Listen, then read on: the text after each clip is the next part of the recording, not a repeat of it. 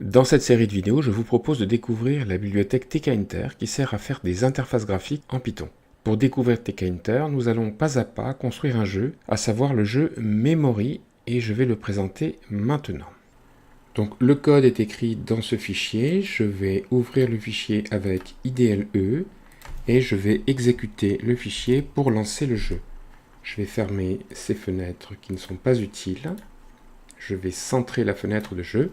Donc le jeu se présente comme ceci, c'est un plateau, 4 lignes sur 5 colonnes qui portent des cartes qui sont cachées au départ. Là, vous voyez le dos des cartes en vert avec le poisson. Si vous cliquez sur une carte, vous la retournez, par exemple ici. Donc ça montre un logo de langage de programmation, le C++, et toutes les images sur le plateau sont des logos de langage de programmation. Si vous cliquez une deuxième fois ailleurs, ça montre encore un logo. Par exemple, ici, je vais cliquer, et si les images sont différentes, elles vont reprendre leur position initiale. Si les images sont identiques, elles vont rester découvertes jusqu'à la fin du jeu. Donc j'y vais.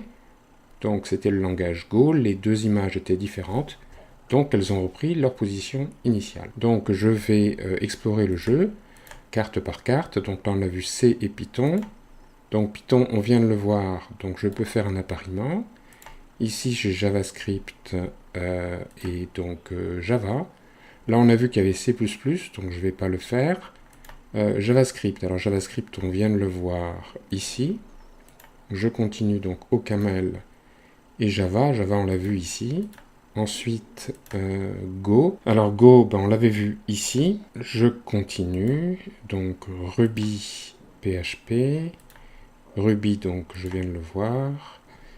Scratch, je continue en dessous, C++ on l'a vu ici, ensuite OCaml on l'avait vu là, donc Scratch on l'a rencontré juste là, C c'était le premier qu'on ait vu, et puis donc fatalement ces deux cartes là sont identiques, donc au passage j'ai pas signalé mais à n'importe quel moment du jeu je peux décider d'interrompre la partie et de reprendre une nouvelle partie depuis le début. Et puis j'ai un compteur qui marque le nombre de tentatives d'appariement que j'ai fait. Donc je vais cliquer sur les deux dernières cartes. Et donc on a entendu des applaudissements pour conclure le jeu. Donc voilà ce qu'on va coder dans cette série de vidéos. Donc la série de vidéos TK-Inter possède son site compagnon. J'indiquerai dans la description l'adresse de cette page. Là on est à la page d'accueil, donc si on la parcourt, on voit qu'on a un lien vers un tutoriel TK-Inter. Donc il s'agit d'une très longue page HTML qui contient donc un tutoriel pour apprendre TK-Inter via le jeu Memory. Et dans la partie supérieure de la page, donc on trouve les fichiers sources, donc je vais les télécharger. Et j'en profite pour signaler qu'il existe une version PDF du tutoriel que je vais ouvrir dans un autre onglet.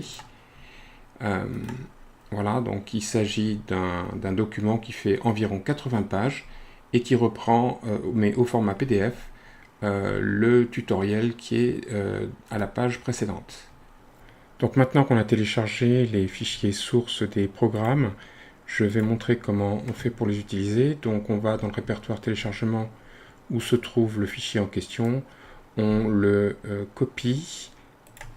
Ailleurs, on crée un autre répertoire. Par exemple, ici dans Documents, on crée un répertoire, disons, Memory. Et dans ce répertoire, on colle le fichier zip. Ensuite, on extrait le fichier zip, donc à l'endroit où on se trouve, ce qui va générer deux fichiers zip. Donc un fichier pour les sources du document HTML et un fichier pour les sources des vidéos, des fichiers qui ont été codés pendant les vidéos. Il faut extraire les fichiers correspondant aux vidéos, ça crée un répertoire, on entre dans ce répertoire et puis là on peut faire fonctionner en principe sans erreur n'importe quel fichier du moment que Python est installé sur votre machine. Donc je vais par exemple lancer le fichier de la vidéo 17, je l'ouvre dans IDLE. Donc en appuyant sur F5, je vais lancer l'exécution du fichier et on retrouve exactement le même jeu que celui que j'ai présenté tout à l'heure. Maintenant je vais un petit peu parler des prérequis nécessaires pour suivre le tutoriel. Le tutoriel peut être suivi à deux niveaux. Donc premier niveau, on veut juste s'initier à TK-Inter et découvrir des widgets de TK-Inter.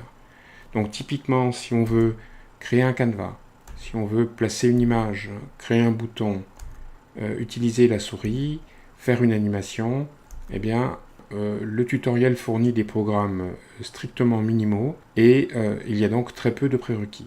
En revanche, si vous voulez comprendre la logique du jeu, il faut avoir un niveau un petit peu plus élevé. Je dirais qu'il faut quelques mois de Python et être à l'aise avec les notions suivantes. La notion de division entière, être très à l'aise avec les variables, savoir importer un module standard, utiliser des entiers aléatoires, utiliser des instructions conditionnelles if, elif, else, connaître des boucles for simples, des boucles for imbriquées, très important, des listes simples, des listes de listes, des listes emboîtées, et bien évidemment savoir utiliser des fonctions.